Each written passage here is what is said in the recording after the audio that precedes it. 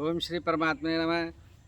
मैं professor हरिहृदय Awasthi Ayurveda anatomy योग and spirituality channel पर आप सभी का हार्दिक स्वागत करता हूं। और शाम का 5 बज चुका है और बच्चे आए हैं पढ़ने के लिए और इनको मैं पंचतंत्र की एक कहानी सुनाता हूं। और उस कहानी का नाम है शेर का मंत्री।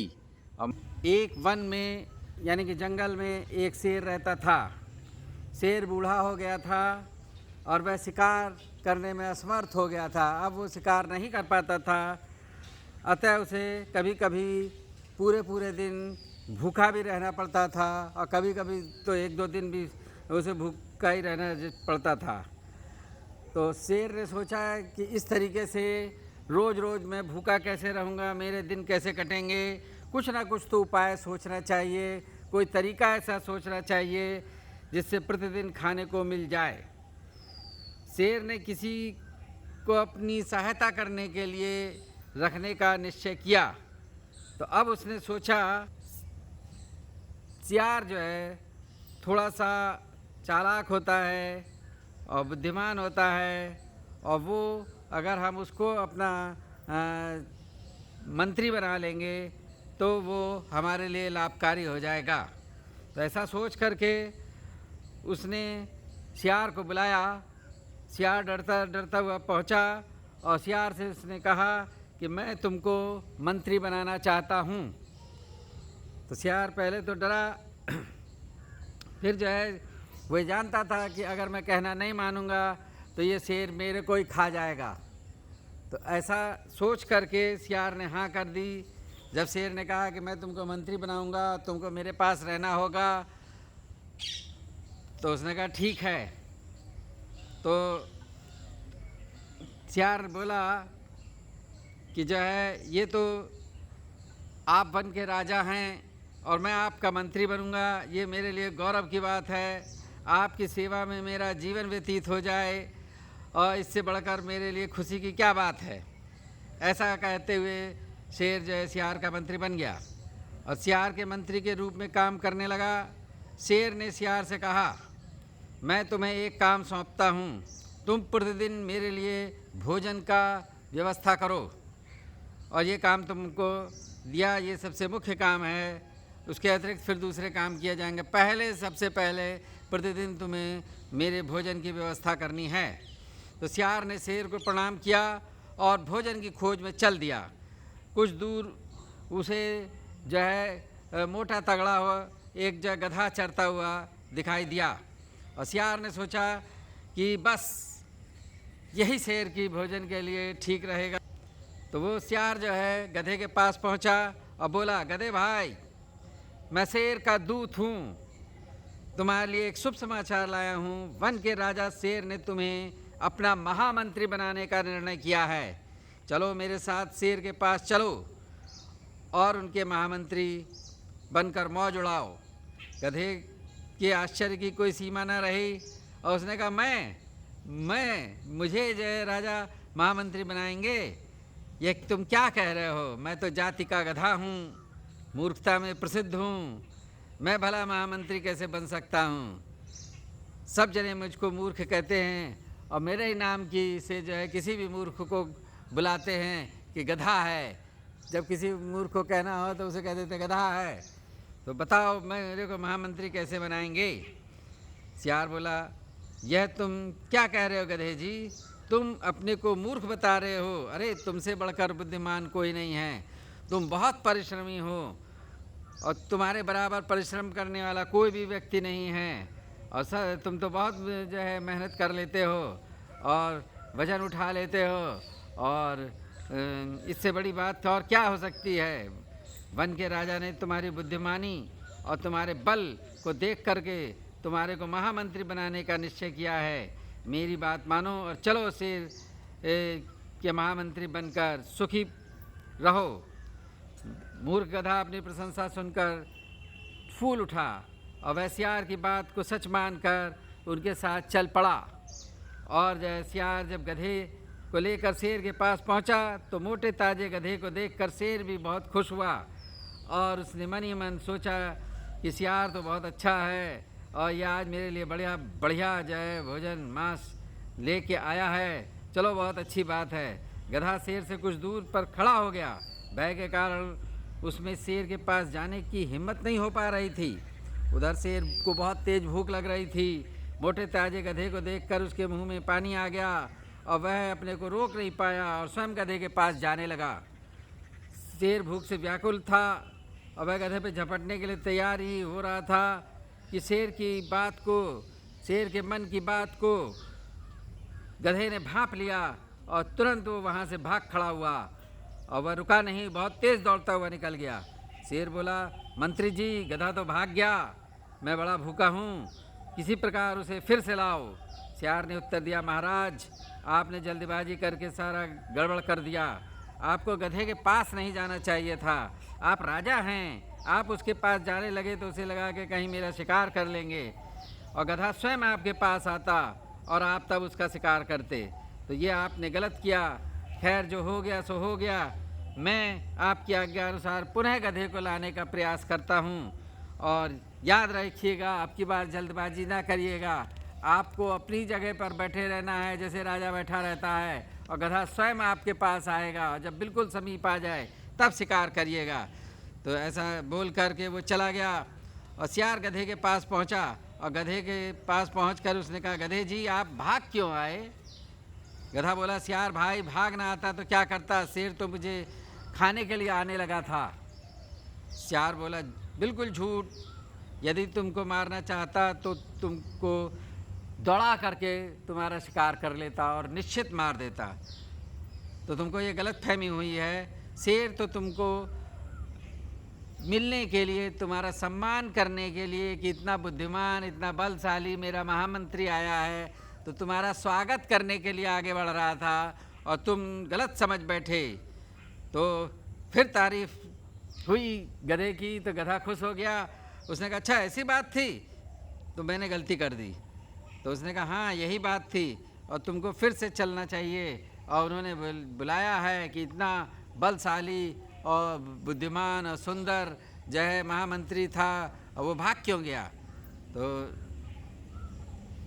गधे ने कहा, ठीक है भाई तुम कह रहे हो तो हम लोग चलते हैं। रास्ते में सियार ने समझाया कि तुम जाना और राजा से माफ़ी मांगना और कि जो है मैं गलती से यहाँ से चला गया था और जो है उनको प्रणाम करना और जो है राजा जी से क्षमा मांगोगे तो वो तुमको माफ़ कर देंगे और महामंत्री बना देंगे। तो सियार को ये सब पाठ पढ़ा, सियार जो है ये सब पाठ पढ़ाता हुआ गधे को लाया। तो जो है गधा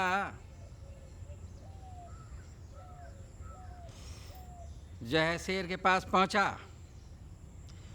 और शेर चुपचाप अपने स्थान पर बैठा रहा। गधे ने जो है प्रणाम किया और जो है शेर से कहा, हे राजन मेरे से गलती हो गई और आप तो बहुत बड़े हैं और मैं जो है डर के भाग गया था, लेकिन अब मैं आपका काम करूँगा। तो वो और तो शेर ने कहा कि और पास आओ, मैं तुमको आशीर्वाद दूंगा। तो सियार ने कहा, जाओ उनके पास पहुँचो और चरण छू हमारे को तिलक लगा करके और जो है महामंत्री बनाएंगे। तो वो गधा जो है धीरे धीरे जो है डरता हुआ शेर के पास पहुँच गया। शेर ने जो है हाथ ये ऊपर किया जैसे तिलक लगाना चाहता है और जैसे ही उसने माथा आगे किया और जो है तुरंत शेर ने उसका शिकार कर लिया। गले में जो है अपने दांत गड़ा दिए, क्योंकि शेर जब शिकार करता है तो आप बेटा चैनलों पर देखो, वो जो है जिसका शिकार करता है या तो पीछे से करता है और या आगे से गले को पकड़ता है। तो गले से सांस की जो नली होती है, श्वसन नली, उसको और या वहाँ पे जो रक्त ले जा रही रक्तवाहिनियाँ होती है उनके ऊपर वो अपने दांत गड़ाता है, जिससे कि वो जानवर सांस नहीं ले पाता। तो उसने गधे के गले के ऊपर अपने दांत गड़ा दिए जिससे वो सांस नहीं ले पा रहा था और थोड़ी देर में गधा मर गया। और फिर उसने गधे को खाने का प्लान किया कि अब मैं इसको खाऊंगा, लेकिन सियार बहुत चालाक था। सियार ने कहा, महाराज अब तो ये मर गया है और आप का जो है देखिए सब छींटें पड़ गई हैं शरीर पे, आपको नहा धो के और अच्छी तरीके से इसका जो है शिकार मतलब भोजन करना चाहिए। ऐसे आप जो है गंदे गंदे भोजन करेंगे तो अच्छा नहीं लगेगा, आप नहा आइए नदी में। तो उसने कहा ठीक है। तो वो जो है नदी में नहाने चला गया शेर। कहने लगा तुम जो है इसको देखे रखना, कोई दूसरा ना लेके जा पाए, तुम जो है मंत्री हो मेरे और इसकी सुरक्षा करो, मैं अभी जो है नहा करके आता हूँ। और जब वो शेर नहाने चला गया, इसी बीच सियार ने बड़ी चालाकी से गधे के सिर को तोड़ा और सिर में से और जो दिमाग था उसका, मस्तिष्क, भेजा जिसे कहते हैं, वो खा लिया और खोखला उसके ऊपर जो है उसकी हड्डी लगा दी और उसके बाद जो है चुपचाप बैठ गया। अब उतनी देर में नहा धो के जो है शेर आया और शेर ने जो है गधे को खाया और खाते खाते वो सिर की तरफ जब बढ़ा तो उसने कहा इसके सिर कैसे खाली है, इसमें तो सिर में कुछ भी नहीं है, मैं इसका जो है दिमाग भेजा जो है वो खाना चाहता था, उसका ब्रेन खाना चाहता था और ये ब्रेन कौन ले गया है इसमें से। तो उसने कहा महाराज आपको गधा इसीलिए तो मूर्ख कहलाता है, आपको पता नहीं गधा मूर्ख कहलाता है, गधे की सब उपमा देते हैं, गधे के पास दिमाग नहीं होता, तो अब आपने इसको खोला है तो उसमें दिमाग कहाँ से मिलेगा, जबकि वो सियार खुद ही उस दिमाग को खा चुका था। तो इस तरीके से उसने शेर को भी धोखा दिया अपनी चालाकी से और शेर को बात समझ में आई। वो कह लगा हाँ इसको गधे को मूर्ख कहते हैं और ये भी कहते हैं कि गधे के पास दिमाग नहीं होता, तो इस गधे के पास भी दिमाग नहीं रहा होगा, चलो कोई बात नहीं। और तुमने बहुत अच्छा जो है हमारी भोजन की व्यवस्था की, इसी तरीके से तुमको रोज़ रोज़ जो है हमारी व्यवस्था करनी है।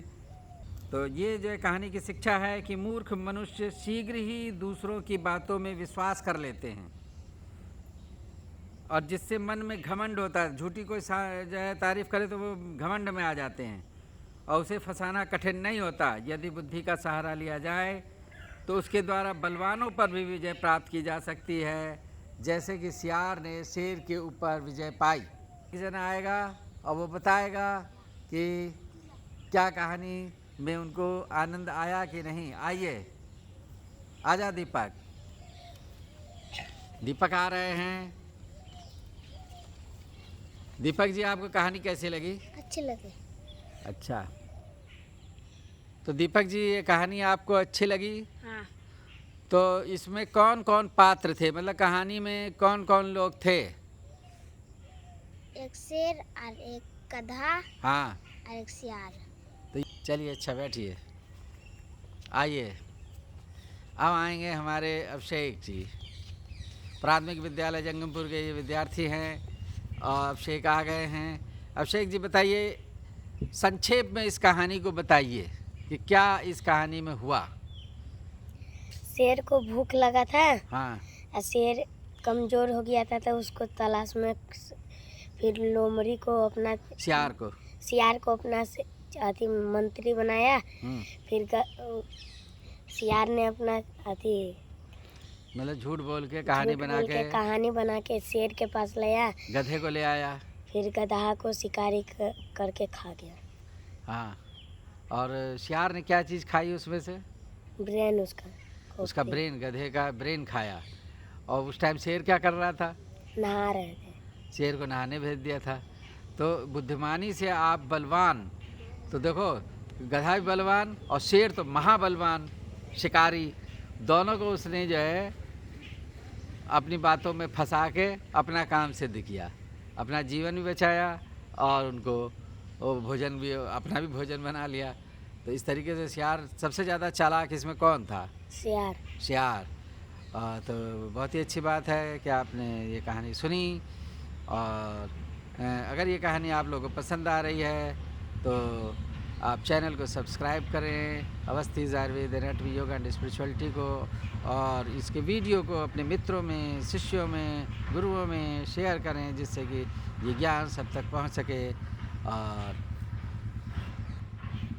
आप सभी का दिन शुभ हो और आप सब की मनोकामना पूर्ण हो।